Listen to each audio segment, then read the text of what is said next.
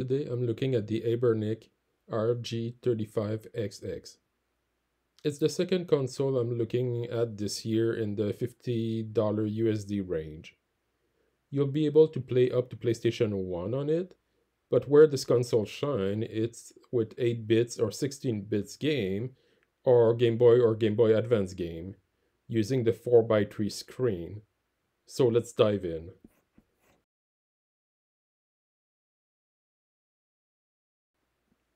So let's look at the specs first. For the CPU, you get a quad-core ARM Cortex-A9 processor. The GPU is the Power VR SGX 544MP. You get 256 megabytes of RAM of DDR3. The screen is a 3.5-inch IPS 640 by 480. For the OS, you can use the stock, or you have the option to dual boot with Garlic OS. The battery is a 2600 mAh, and you get around 5 to 6 hours. You can charge by USB-C.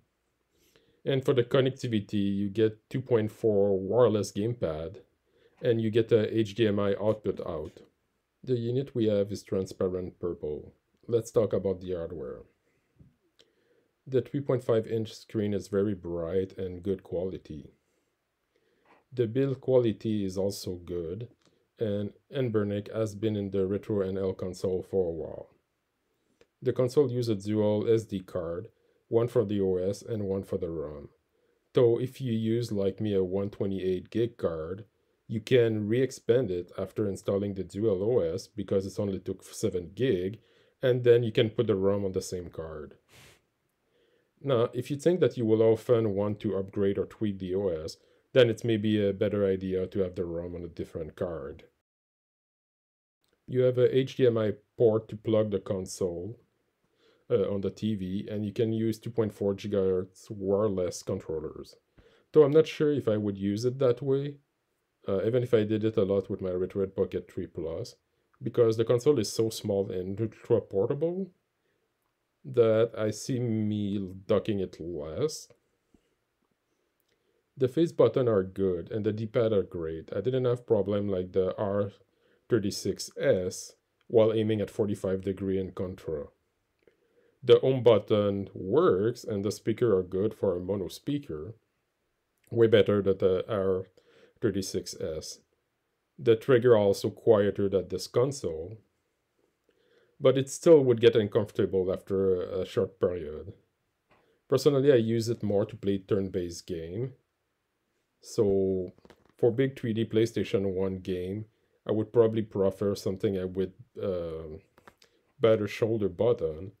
And I also consider a console like the Retroid Pocket 3 Plus or 4 that it's 16:9.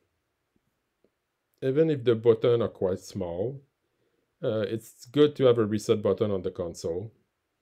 The side buttons are tiny though, and they are tough to reach to press. I wish the battery would be easier to access, and it's something they corrected with the RG35XX Plus. More on that later in the video. You also don't have Wi-Fi or Bluetooth, but at this price point, I don't really think it's a deal breaker. You also don't have joystick that the R36S. So I think the build quality is good, and I don't see many flaws in it. Now let's talk about the software and firmware. I installed a dual firmware on it. You have the stock firmware and Garlic OS. If you like to play with custom firmware, this console seems to be a good option. For the stock firmware, the best I can say about it is that it's functional. It boots and turns off quick, but there's not a lot of option to configure. You can press the home button to get the option menu. You have a reset button to reboot the console. But now if you install a dual firmware, you can also switch in the menu, and that will bring Garlic OS. Garlic OS seems to have a nice menu overlay, and the interface is way better. But I still need to play more with it to get more familiar with that. It's also very simple to set up a game and play. I find it still way simpler than the Android setup like the Retroid, but you won't have much option to tweak it. So if you just want to plug and play, that's a good option. The positive is that you can give it to a child that would be interested in retro gaming, and they will pick it really quickly, and because it's small, it should be easy for them to hold it. Now let's test some game with it. I'm starting with Contra because I wanted to see if you could aim at 45 degree without issue, contrarily to my R36S. And it's the case. The D-pad is really good. The buttons are small, but they don't have too much travel, and I kind of like them. After that, it's Super Spike V-Ball time. We can also listen to the music of Contra and V-Ball to get you an idea of the speaker, and hopefully no YouTube strike. Then I moved to Castlevania 3, and everything worked there, so no problem with NES.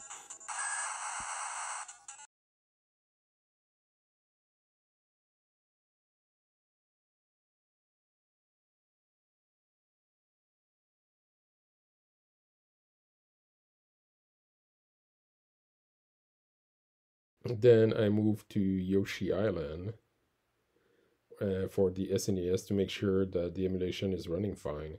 Again, I'm just doing the beginning, so I really need to start the game and have a save file for it. I also tested Super Mario All-Star, playing in air with Super Mario 2.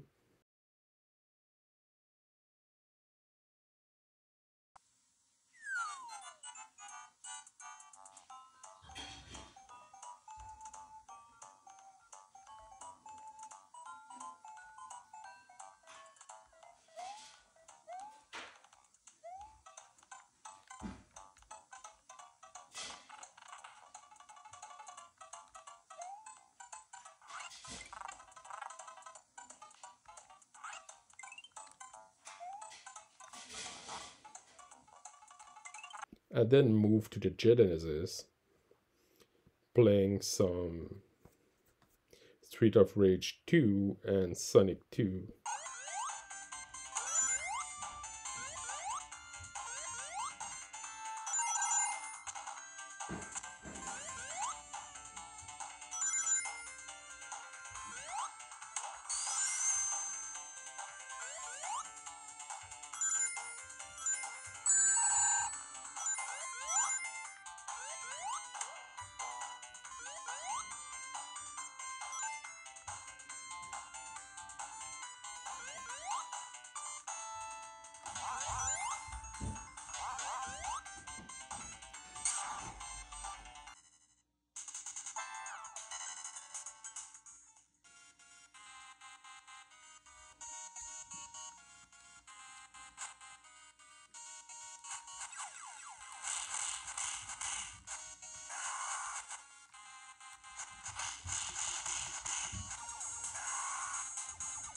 Then we went to GBA, Game Boy Advance.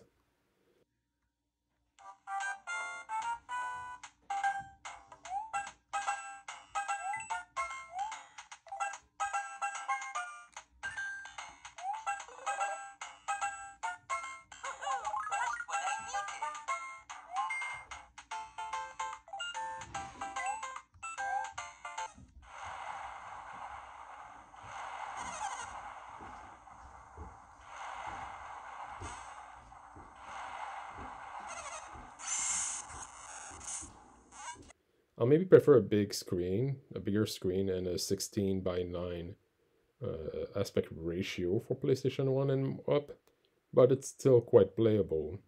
I tried Gran Turismo 2 Simulation Mode and Bloody Roar 2 and a little Chrono Trigger, and I didn't have any issue.